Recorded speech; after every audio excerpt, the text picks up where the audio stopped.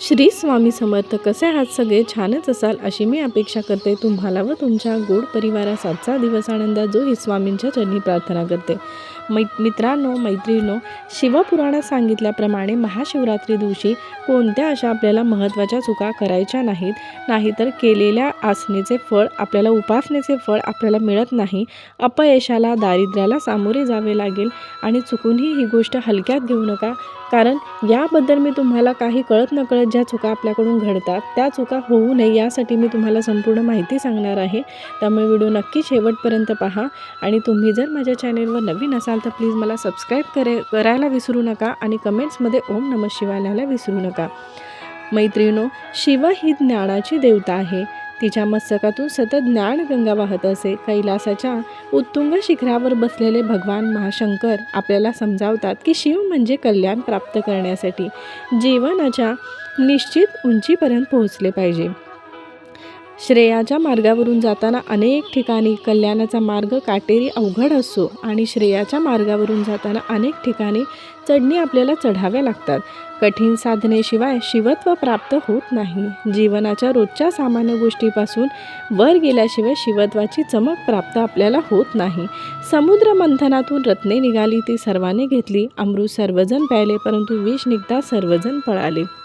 त्यावेळी सृष्टीच्या कल्याणासाठी हे विष भगवान शंकराने पिऊन टाकले. अमृत पितो तो देव आणि विषपान करतो तो महादेव, म्हणून भगवान शंकराला नीलकंठस असे म्हटले आहे. अशा या भगवान महादेवांची आपल्याला येणाऱ्या महाशिवरात्री दिवशी आपल्याला भरपूर उपासना करायची आहे. भरपूर पूजा उपासना, मंत्र, स्तोत्र आपल्याला देवाची सेवा करायची आहे. यावर्षी पंचांगानुसार मैत्रिणो, महाशिवरात्री फाल्गुन कृष्ण चतुर्थी 15 फेब्रुवारी रोजी उत्तररात्री 12:27 सुरू होत आहे. ते 16 फेब्रुवारी संध्याकाळी 5:23 असणार आहे.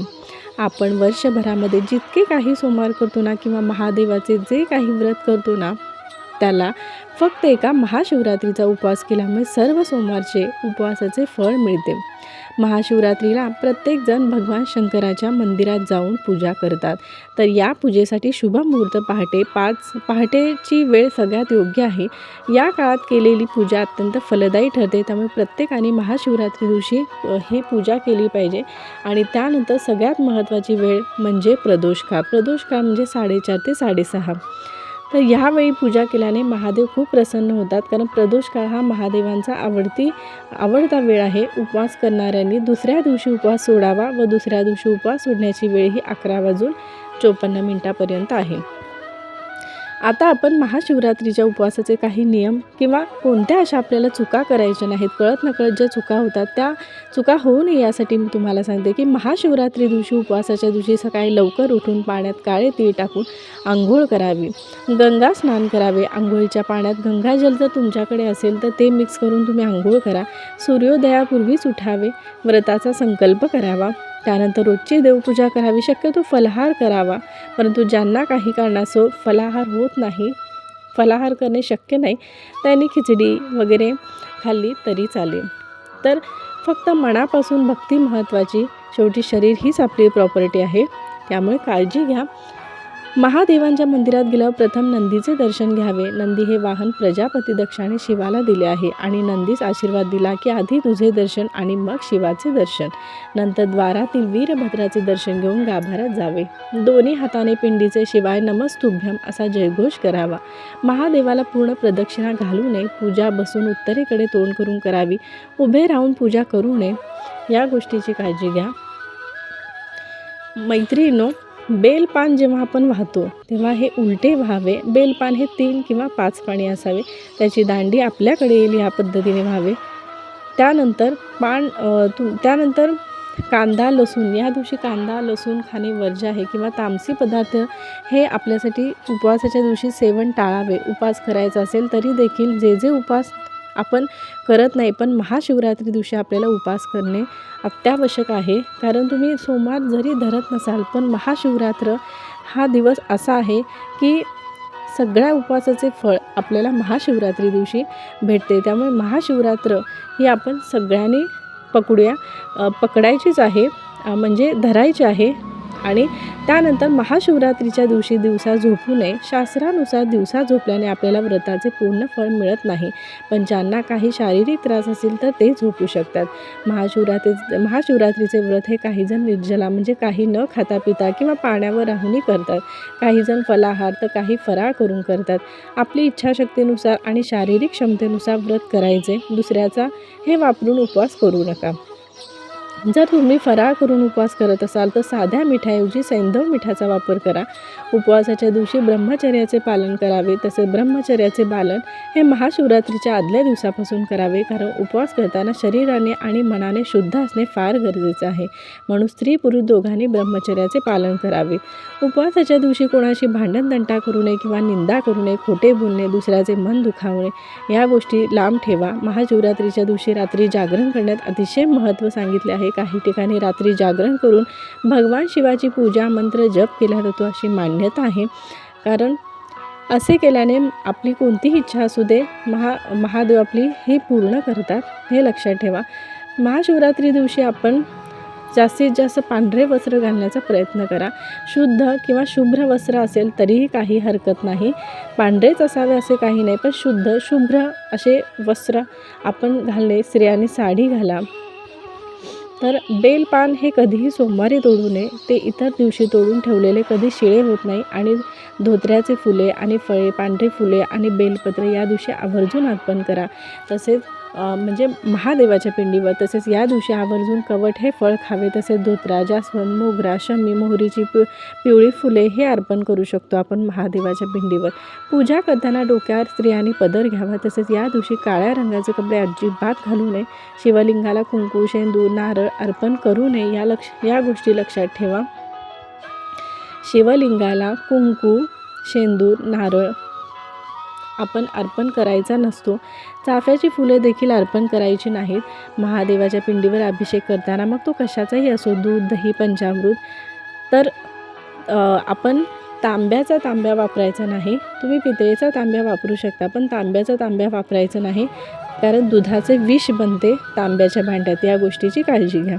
महादेवाचे जेव्हा आपण पार्वती, गणेश, कार्तिक यांच्यासोबत पूजा करतो त्यावेळेस फक्त गणेश, कार्तिक, पार्वतीला हळदी कुंकू लावावे. महादेव यांची पूजा करताना कुंकू लावणे, चंदन आणि भस्म लावावा, कुंकू लावायचं नाही. तुळशीपत्र वाहायचं नाही महादेवाच्या पिंडीवर.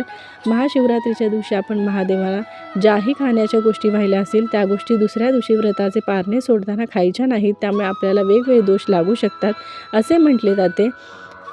महाशिवरात्रीच्या दिवशी आपण महादेवाला ज्याही खाण्याच्या गोष्टी ह्या लक्षात ठेवा. आणि महादेवाच्या पिंडीवर बेल अर्पण करताना ते विषम संख्यामध्ये अर्पण करावे, म्हणजे 1, 3, 5 अशा पद्धतीने अर्पण करावे.